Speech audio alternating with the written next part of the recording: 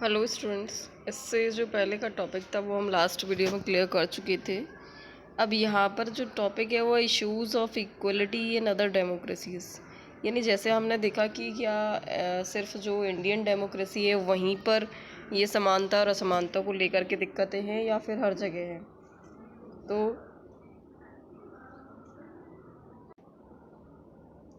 you are probably wondering whether India is the only democratic country in which there is inequality and where the struggle for equality country continues to exist। तो यहाँ पे आप लोग ये सोच रहे होंगे कि केवल इंडिया के अंदर ही लोग समानता के लिए इन्होंने स्ट्रगल किया है, बट ऐसा नहीं है। This truth is that in many democratic countries around the world the issue of equality continues to be the key issue around which communities struggle। Most of the जो डेमोक्रेटिक कंट्रीज़ हैं जहाँ पर इस तरीके की चीज़ें होती हैं वहाँ पर जो कम्युनिटीज़ हैं उन्होंने काफ़ी स्ट्रगल किया समानता लाने के लिए, लेकिन फिर भी बहुत सारी दिक्कतें उन्हें फेस करनी पड़ती हैं आज भी।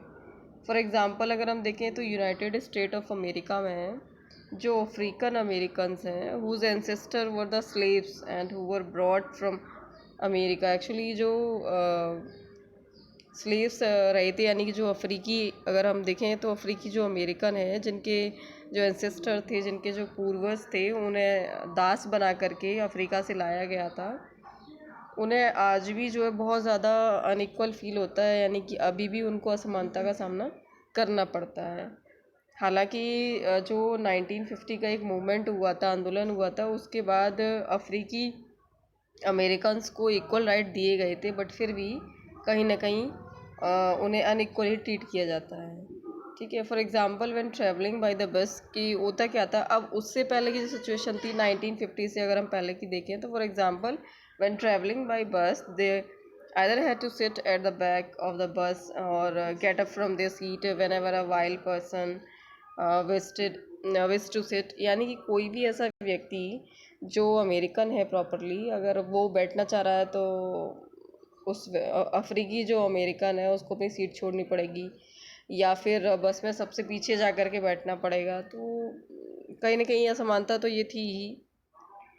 ऐसे ही एक एग्जांपल है कि रोज़ा park, she was a lady and an African American women. मतलब एक वो जो लेडी थी वो कैसी थी, अफ्रीकन अमेरिकन वीमेन थी, यानी वो उसके एंसेस्टर्स भी कहीं ना कहीं स्लेव रहे होंगे पहले। And she tired a long day at work. She refused to give up her seat on the bus to a white man on December 1955। 1 दिसंबर 1955 को जब वो अपने काम से लौटती है और बहुत ज़्यादा थक जाती है, तो बस में क्या एक वाइट मैन को देख करके वो उसको सीट देने से मना कर देती है।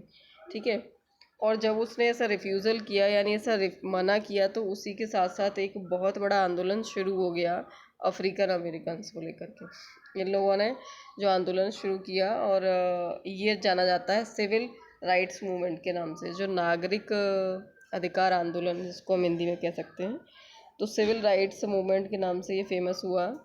और इस सिविल राइट्स एक्ट 1964 के बाद जो है डिस्क्रिमिनेशन जो था वो रेस यानी नस्ल पर या धर्म या नेशनल ओरिजिन की वजह से जितना भी क्या हो रहा था, डिस्क्रिमिनेशन हो रहा था, लोगों के साथ भेदभाव हो रहा था, उस पर प्रोहिबिशन लगा दिया गया, उसको प्रतिबंधित कर दिया गया।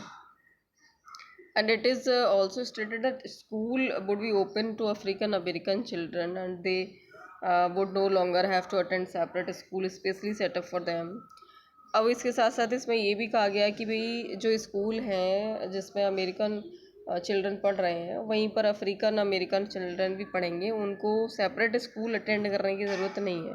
स्पेशली उनके लिए क्या था कि सेपरेट स्कूल खोले गए थे, लेकिन अब वहाँ पर इस एक्ट के बाद जो 1964 का जो एक्ट था उसके अकॉर्डिंग स्टेट कर दिया गया कि सबके लिए मतलब सेम चीज़ है।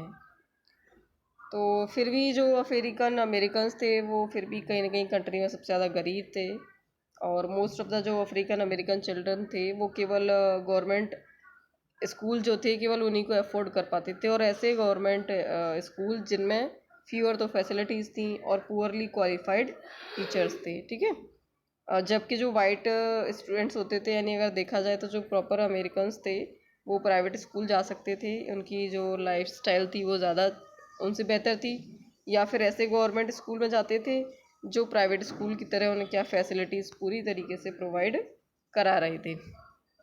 तो आई होप आप लोगों को ये चैप्टर क्लियर हो गया होगा।